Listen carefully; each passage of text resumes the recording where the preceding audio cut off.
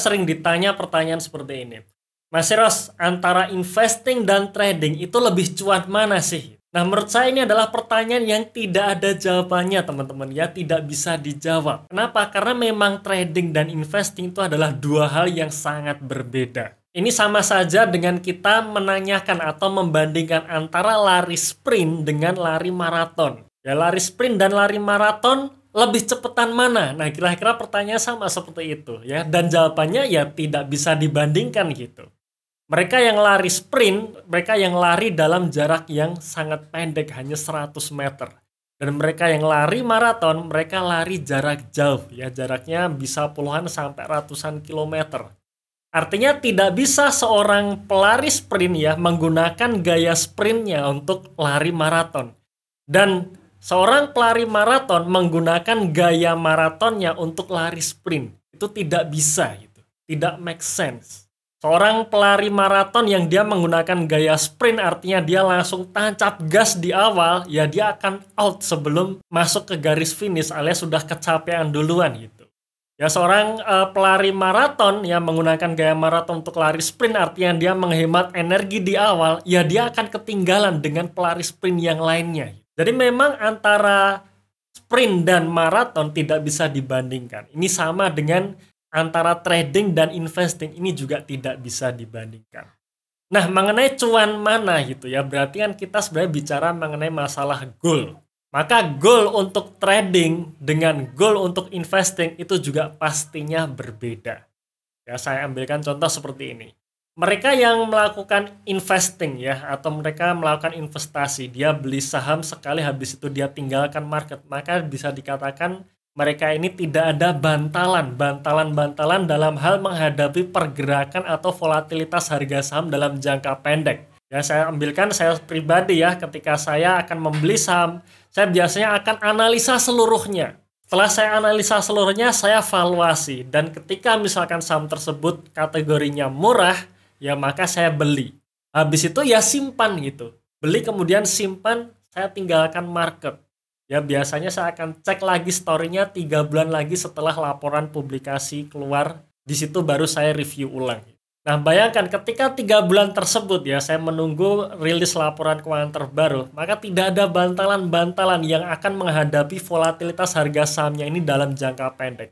Artinya apa? Artinya kalau misalkan market sedang naik, harga saham yang saya beli tadi juga ikut naik gitu, hal yang wajar. Begitu market turun, harga saham yang saya beli tadi juga ikut turun gitu, dan itu juga wajar.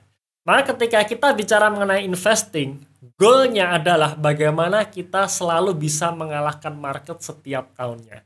Saya selalu mengatakan kepada member-member kami ya, tidak perlu muluk-muluk untuk mencari cuan dalam hal investing. Cukup mengalahkan market 10% saja setiap tahun dan asalkan itu konsisten, itu sudah bagus. Jadi kalau kita hitung ketika 10 tahun terakhir kita bisa selalu beat the market 10% saja, hasilnya ternyata dampaknya luar biasa. Kenaikannya bisa sampai 600% dalam 10 tahun terakhir. Nah sekarang bagaimana dengan kita yang melakukan trading? Apakah kalau trading berarti ikut-ikutan ya, goalnya hanya sekedar mengalahkan IHSG?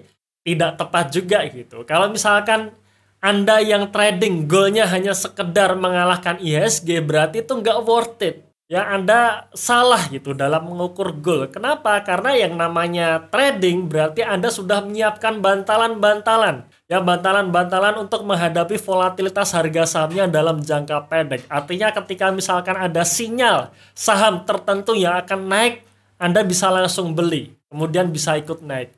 Kemudian ketika ada sinyal-sinyal harga saham akan turun, Anda bisa keluar dulu. Ya, dengan effort yang lebih tinggi daripada investing, maka seharusnya trading ini lebih cuan dibandingkan investing. Ya, Anda mengamati market setiap hari, mengamati sentimen setiap hari, mengikuti market maker, mengikuti bandar setiap harinya. Ya, bahkan yang katanya kalau bandar ini Anda tinggal ke kamar mandi saja bisa langsung berubah gitu. Nah, dengan Anda ya effort Anda yang sangat tinggi tersebut, maka sudah sewajarnya Anda harus lebih cuan daripada mereka yang investing. Anda yang trading harus lebih cuan dibandingkan mereka yang investing. Maka untuk men-set goal untuk para trader, Tidak bisa hanya sekedar mengalahkan market setiap tahunnya. Harus jauh lebih tinggi dari market. Misalkan ya 10 kali IHSG. Nah, itu baru worth it. Ya, atau setiap bulan bisa cuan 10 atau 20%. Nah, itu baru worth it. Ya, maka sekali lagi teman-teman sekalian, antara investing atau trading cuan yang mana? Maka kalau itu pertanyaan diajukan ke saya akan jawab harus cuan trading. Kalau sampai trading ini nggak lebih cuan dibandingkan investing, maka Anda sia-sia melakukan trading. Oke, mungkin itu sedikit refresh atau jawaban saya mengenai pertanyaan apakah atau cuan mana antara trading dan investing ya. Semoga video ini memberikan manfaat buat teman-teman sekalian. Silahkan teman-teman subscribe dulu bagi yang belum subscribe ya. Silahkan teman-teman juga download ebook kami secara free. Kami menulis ebook yang berisi 5 saham yang menurut analisa kami masih undervalue dan cocok untuk investing. Dan silahkan teman-teman join di channel Telegram kami, channel The Investor ya. Semua linknya ada dalam deskripsi di video ini atau dalam kolom komentar yang sudah kami pin. Oke, terima kasih. Tunggu video kami selanjutnya dan salam Passive Income.